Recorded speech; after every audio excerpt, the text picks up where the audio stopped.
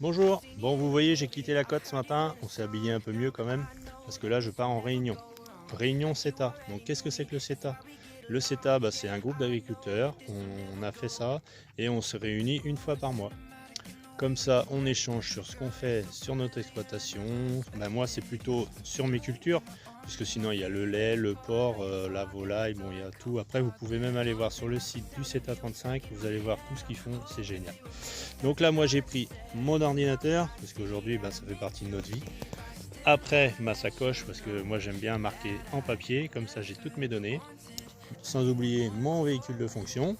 Et on est parti. Allez, je vous montre ça en détail tout à l'heure. Me voilà, bien arrivé en salle. Donc là, je suis avec mes collègues. Donc là, ce qu'on fait, on fait un tour de table. On fait les actus. Ça, c'est notre animateur. Et chacun dit, tiens, j'ai vendu des céréales à tel prix, je trouve ça bien, ou j'attends. Voilà, chacun dit sa petite stratégie et puis ça peut aider les autres à mieux vendre ses céréales. Ce qu'on fait après, on a un petit quiz là au tableau, ils nous projettent des mauvaises herbes et on doit les reconnaître toutes petites parce que c'est pas évident à reconnaître. Et ça, je trouve ça super intéressant. Parce que plus on le reconnaît vite, mieux on peut les détruire. C'est plus facile. Après, on a les ordis, ça c'est pour nos marges parce qu'on calcule tout. Et je trouve ça bien, ils ont un bon logiciel. Voilà, des petites actus. Bon, là c'est parti, on va aller faire un petit tour au champ. Comme ça, on va aller voir le colza de mon collègue et puis on va voir ce que ça donne. Allez, c'est parti. Là, l'animateur avait posé une cuvette, comme ça on peut regarder les insectes qu'on récolte. Donc là, je vous montre, c'est une altise. Donc ça, c'est le ravageur du colza. Là, on en voit, il y en a encore une sur le colza, la bête noire là. Et c'est ça qui mange les feuilles. Ça fait plein de trous dans les feuilles. Et c'est ça qui affaiblit notre colza. Surtout que là, en plus, eux, ils n'ont pas eu d'eau. Ils n'ont pas eu la chance, comme par chez moi, par exemple, où les colzas, là, sont peu développés et où les altises, s'acharnent dessus. Après, on remet de l'eau dans la cuvette avec un peu de savon. Comme ça, on va surveiller ça de près. Voir si les altises continuent à agresser le colza ou pas. Après, là, ce qu'on a fait, on a pris une bêche. Hop, on fait un trou. Voilà. On regarde si la terre est meuble.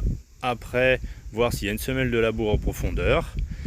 Après, on regarde, on prend de la terre dans les mains souvent, et puis on regarde s'il y a de la porosité, si la terre est assez meuble, s'il y a de la vie dans le sol, parce que c'est très important. Là, je vais vous montrer une petite photo de sa ferme avec la vache, très jolie. Après, on retourne en salle. Là, on regardait sur les régras résistants et la stratégie. Et voilà, fin de journée. Alors, je suis revenu de ma réunion, j'espère que ça vous a plu, j'espère que les explications ont été claires. Après, vous pouvez m'en mettre en commentaire, j'essaierai d'y répondre. J'espère ne pas être trop long non plus dans les explications, c'était juste un petit début pour vous montrer, après on pourra en refaire d'autres si ça vous plaît. Ce que je voulais vous dire aussi, c'est que nous on est groupe mini dose comme je vous l'ai dit tout à l'heure, donc déjà ça veut tout dire sur les doses et tout ça. Alors le voilà le petit panneau qu'on avait fait, c'est Ecophyto, on était engagé, c'était la transparence de nos données, on envoyait tout. Donc voilà, donc ça c'est le CETA 35, c'est où j'adhère. Là il y a encore un petit trou parce que je me suis engagé moi en HVE3, c'est une nouvelle formation que l'on a fait. On s'est engagé, c'est comme un label culture on va dire, où il faut respecter voilà, l'environnement. Et tout est dit dans le panneau. Alors j'espère que cette vidéo vous a plu. Après si ça vous a plu, vous pouvez mettre un petit like, ça fait toujours plaisir. Et à une prochaine vidéo. Salut!